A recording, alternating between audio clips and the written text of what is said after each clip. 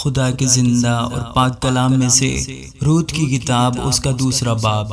और नौमी के शोहर का एक रिश्तेदार था जो अली मलिक के घराने का और बड़ा मालदार था। उसका नाम बोएज था। सो मुआवी रूत ने नोमी से कहा, मुझे इजाजत दे तो मैं खेत में जाऊं और जो कोई करम की नजर मुझ पर करे उसके पीछे पीछे बालें चुनूं। उसने उससे कहा, जा मेरी बेटी। सो वो गई और खेत में जाकर काटने वालों के पीछे बालें चुनने लगी और इत्तफाक से वो बोएज ही के खेत के हिस्से में जा पहुंची जो अली मलिक के खानदान का था। और बोएज ने बैतुल हम से आकर काटने वालों से कहा, खुदावंद तुम्हारे साथ हो। उन्होंने उसे जवाब दिया, खुदावंद तुझे बरकत दे। फिर बोएज ने अपने उस नौकर से जो काटने वालों पर मुकर्रर था पूछा, ये किसकी लड़की है? उस नौकर ने जो काटने वालों पर मुकर्रर था जवाब दिया, ये वो मुआबी लड़की है जो नौमी के साथ मुआब के मुल्क से आई है। उसने मुझसे कहा था कि मुझको जरा काटने वालों के पीछे पोलियों के बीच बालें चुनकर जमा करने दे। सो ये आकर सुबह से अब तक यहीं रही, फकत जरा सी देर घर में ठहरी थी। सो बोएज ने रूत से कहा, ऐ मेरी बेटी, क्या तुझे सुनाई नहीं देता? तू दूसरे खेत में बालें चुनने को ना जाना और ना यहाँ से निकलना, बल्कि मेरी छोकरियों के साथ रहना। इस खेत पर जिसे वो काटते हैं तेरी नजरें जमी रहें और तू इन्हीं के पीछे पीछे चलना। क्या मैंने इन जवानों को हुक्म नहीं किया कि वो तुझे ना छुएं? और जब तू प्यासी हो तो बर्तनों के पास जाकर उसी पानी में से पीना जो मेरे जवानों ने भरा है। तब वो औंधे मुंह गिरी और जमीन पर सरनिगू होकर उससे कहा, क्या बाइस है कि तू मुझ पर करम की नजर करके मेरी खबर लेता है, हालांकि मैं परदेसन हूँ।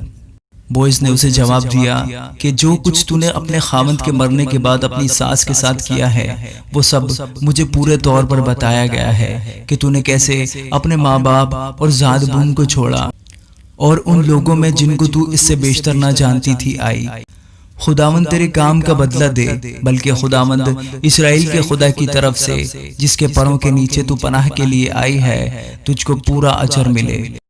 तब उसने कहा, ऐ मेरे मालिक, तेरे करम की नजर मुझ पर रहे, क्योंकि तूने मुझे दिलासा दिया और मेहर के साथ अपनी लौंडी से बातें की, अगरचे मैं तेरी लौंडियों में से एक के बराबर भी नहीं।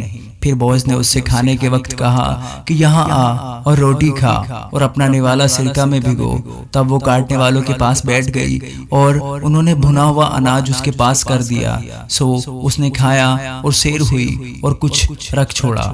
और जब वो बालें चुनने उठी तो बोएज ने अपने जवानों से कहा, उसे पोलियों के बीच में भी चुनने देना और उसे मलामत न करना और उसके लिए गठरों में से थोड़ा सा निकाल कर छोड़ देना और उसे चुनने देना और झड़कना मत। सो वो शाम तक खेत में चुनती रही और जो कुछ उसने चुना था उसे भटका और वो करीब 1 एफा जौ निकला और वो उसे उठाकर शहर में गई और जो कुछ उसने चुना था उसे उसकी सास ने देखा और उसने वो भी जो उसने सैर होने के बाद रख छोड़ा था निकाल कर अपनी सास को दिया। उसकी सास ने उससे पूछा, तूने आज कहाँ बालें चुनी और कहाँ काम किया? मुबारक हो वो जिसने तेरी खबर ली। तब उसने अपनी सास को बताया कि उसने किसके पास काम किया था और कहा कि उस शख्स का नाम जिसके यहाँ आज मैंने काम किया बोएज है। नौमी ने अपनी बहू से कहा, वो खुदावंद की तरफ से बरकत पाए जिसने जिंदों और मुर्दों से अपनी मेहरबानी बाज ना रखी।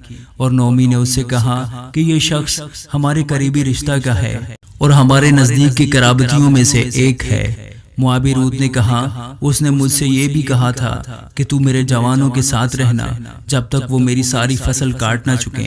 नौमी ने अपनी बहू रूत से कहा, मेरी बेटी, ये अच्छा है कि तू उसकी छोकरियों के साथ जाया करे और वो तुझे किसी और खेत में ना पाए। सो वो बालें चुनने के लिए जौ और गेहूं की फसल के खात्मे तक बोएज की छोकरियों के साथ साथ लगी रही और वो अपनी सास के साथ रहती थी। आमीन।